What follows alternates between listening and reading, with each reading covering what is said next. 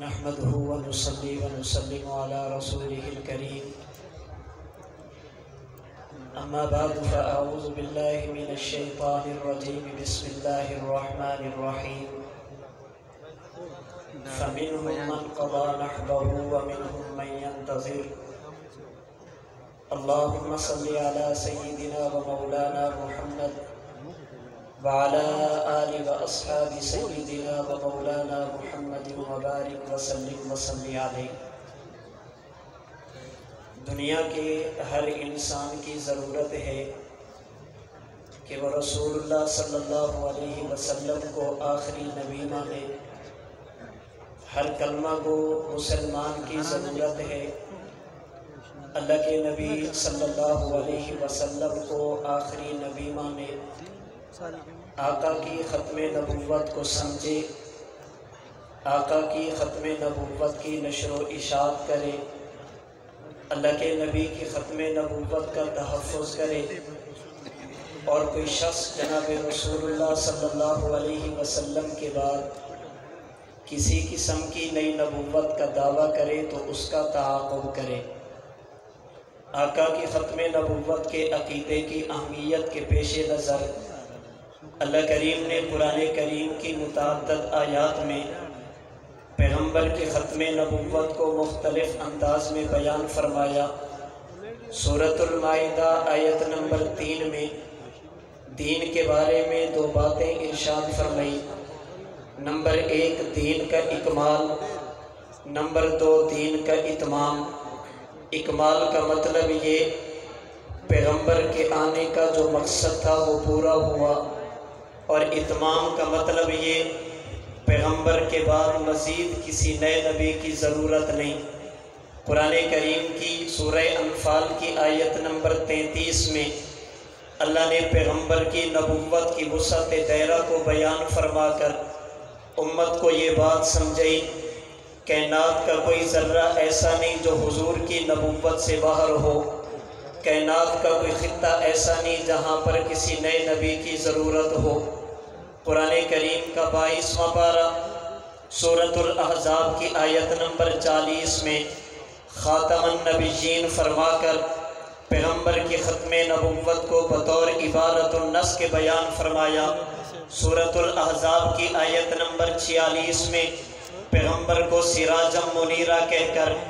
ایک حصی مثال کے ذریعے سمجھایا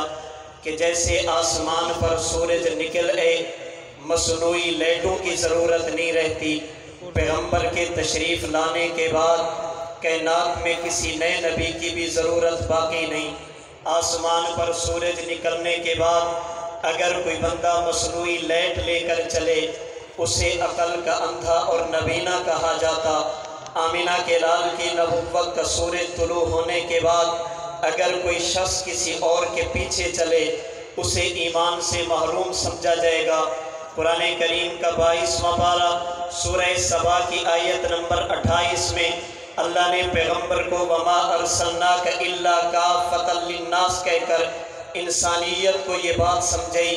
جیسے رب ہونا اللہ کی ذاتی صفت ہے، نبی ہونا محمد مصطفیٰ کی بھی ذاتی صفت ہے۔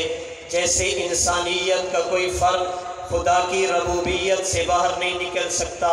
ایسے ہی انسانیت کا کوئی فرد پیغمبر کی نبوت کے دائرے سے بھی باہر نہیں نکل سکتا۔ پیغمبر کی ختم نبوت کی اہمیت تھی جسے آمینہ کے لال نے اپنے مختلف فرامین میں بیان فرمایا، اور آمینہ کے لال نے 1 منٹ کے لیے بھی اپنی نبوت کے بعد کسی نبی کی نبوت کو تسلیم نہیں فرمایا۔ کبھی آپ نے حصی مثال دے کر امت کو یہ بات سمجھائی جیسے کسی مکان کی آخری اینٹ لگا کر مکان کی تعمیل پوری کی جاتی۔ اللہ نے مجھ محمد کے سر پر نبوت کا تاج سجا کر قصر نبوت کی بھی تکمیل فرما دی۔ کبھی آمینہ کے لال نے بخاری شریف کی روایت کے مطابق آنے والی خاتون کو یہ کہہ کر اِلَّمْ تَجِدِينِي فَاتِي أَبَا بَكْرٍ انسانیت کو درس دیا، میرے بعد ابو بکر صدیق جانشین تو ہو سکتا ہے، میرے بعد کوئی نبی اور رسول نہیں ہو سکتا۔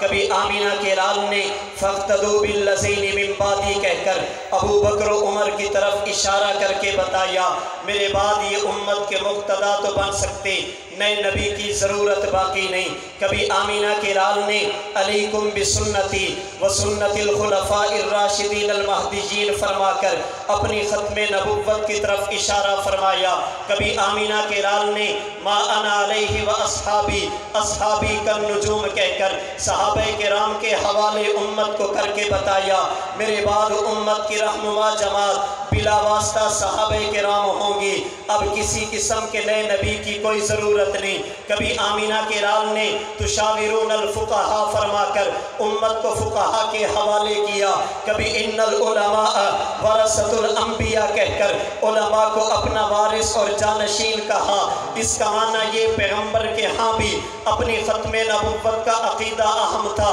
آئیے صحابہ کرام کی زندگی کو دیکھیں۔ جنگ یمامہ میں 1200 صحابہ اور تابعین نے اپنی جان کا نذرانہ پیش کر کے پیغمبر کی ختم نبوت کی اہمیت کو بیان فرمایا۔ الاصابہ فی تمییز الصحابہ کی روایت کے مطابق سیدنا حبیب بن زید انصاری نے اپنے جسم کے ٹکڑے کرا کر بتایا، اگر پیغمبر کی نبوت اور ختم نبوت کے تحفظ کے لیے اپنے جان کے ٹکڑے بھی کرانے پڑے، رب محمد کی قسم یہ سودا مہنگا نہیں۔ صحابہ کرام نے سیدنا صدیق اکبر کے ہاتھ پر بیٹھ کر کے بتایا، اب امت کے رہنما امتی ہوں گے، امت کی رہنمائی کے لیے کسی نئے نبی کی کوئی ضرورت نہیں۔ متکلمین نے پیغمبر کی ختم نبوت کے عقیدے کو ضروریات دین میں شامل کر کے اس کی اہمیت کو بیان فرمایا۔ فقہاء کے سرتاج سید الفقہاء حضرت امام اعظم ابو حنیفہ نے من طلب منہ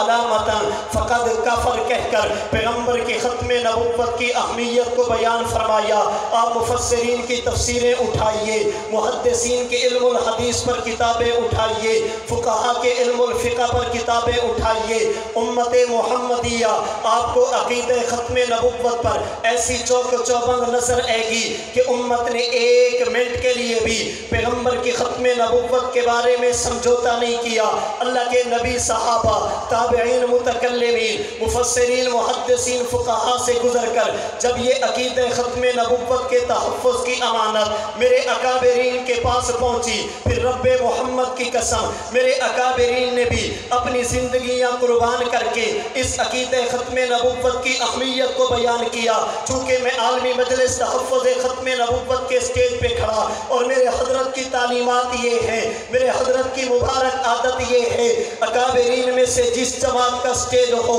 انہی کے کام کے بارے میں آنے والوں کو بتایا جائے۔ آج میں اور آپ 2023 میں موجود ہیں، عالمی مجلس تحفظ ختم نبوت جو 1949 سے شروع ہو کر آج 2023 تک پہنچی، تقریباً پون صدی تک امت کے اکابرین میں سے 8 مرکزی امراء وہ جو اللہ کے پیغمبر کی ختم نبوت کا تحفظ کرتے ہوئے دنیا سے جا چکے۔ ان امراء میں امیر شریعت سید عطا اللہ شاہ بخاری بھی تھا، جس نے جیل اور ریل کا فرق مٹا کر پیغمبر کی ختم نبوت کا تحفظ کیا۔ ان امراء میں قاضی احسان احمد شجابادی رحمت اللہ علیہ بھی ہے، جو ہر وقت کتابوں کا صندوق لے کر پیغمبر کی ختم نبوت کا تحفظ کرتے۔ اور اگر بات نارووال کے ریلوے اسٹیشن پہ اس وقت کے وزیر اعظم جناب لیاقت علی خان کو سمجھانے کی آ جائے، حضرت قاضی احسان احمد نے نارووال کے ریلوے اسٹیشن پر کھڑے ہو کر مجھے اور آپ کو بتایا،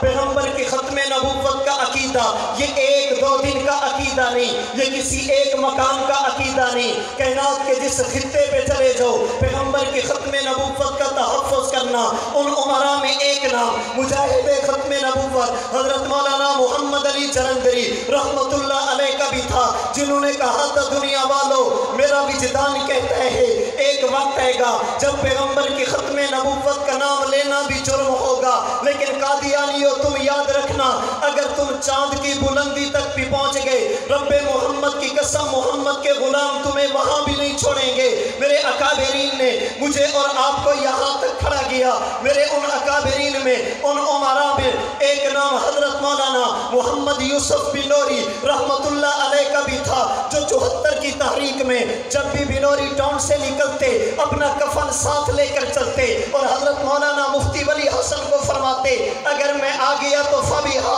اگر میں نہ آیا اس مدرسے کی ذمہ داری آپ پر۔ اکابرین میں ایک نام حضرت مولانا لال حسین اختر رحمت اللہ علیہ کا بھی تھا، جنہوں نے قادیانیوں کا ناکہ اس حد تک بند کیا انہوں نے 2 مرتبہ اپنے اخبار الفضل میں اشتہار دیا احمدیوں لال حسین اختر سے بچ کر رہنا، کبھی اس کا سامنا نہ کرنا۔ ان عمراء میں ایک نام خواجہ خواجگان حضرت مولانا خواجہ خان محمد صاحب رحمت اللہ علیہ کا بھی تھا، جن کی نگاہ نے لاکھوں دنیا کی زندگی کو تبدیل کر کے رکھ دیا۔ ان عمراء میں ایک نام محدث العصر حضرت مولانا عبد المجید لدھیانوی رحمت اللہ علیہ کا بھی تھا، جو بارمحالہ لا محالہ اور بغیر کسی شک و شبہ کے اپنے وقت کا حکیم العصر تھا۔ ان میں ایک نام شیخ الحدیث حضرت مولانا ڈاکٹر عبد الرزاق اسکندر رحمت اللہ علیہ کا۔ یہ صرف جماعت کے 8 عمراء تھے جنہوں نے اپنی بیماری کو کمزوری نہیں بننے دیا،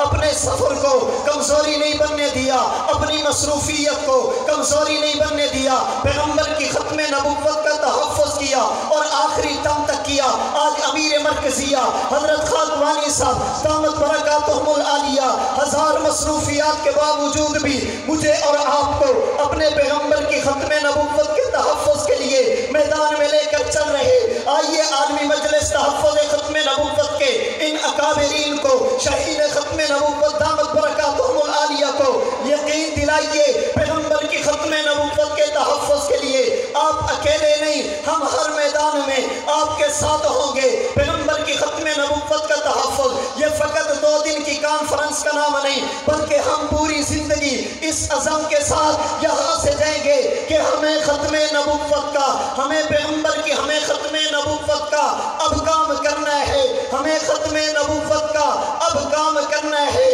بنے گا جو رکاوٹ تو اسے ناکام کرنا ہے۔ نبی کی ذات کی خاطر جگائیں گے اس امت کو، لٹا کر زندگی اپنی نبی کے نام کرنا ہے۔ محمد نے ہے فرمایا کہ میں ہوں آخری مرسل، محمد نے ہے فرمایا کہ میں ہوں آخری مرسل۔ ہمیں اعلان یہ دوستو صبح اور شام کرنا ہے، اور ہمیں اس بات میں دوستو یہ جرت دی بخاری نے، ہمیں اس بات میں دوستو یہ جرت دی بخاری نے کہ مرزے کی خباثت کو تمہیں بس عام کرنا ہے۔ آئیے اس عزم کے ساتھ میدان میں نکلیں گے، ہم آخر دم تک پیغمبر کی ختم نبوت کی اشاعت بھی کریں گے، تحفظ بھی کریں گے، پیغمبر کی ختم نبوت کا دفاع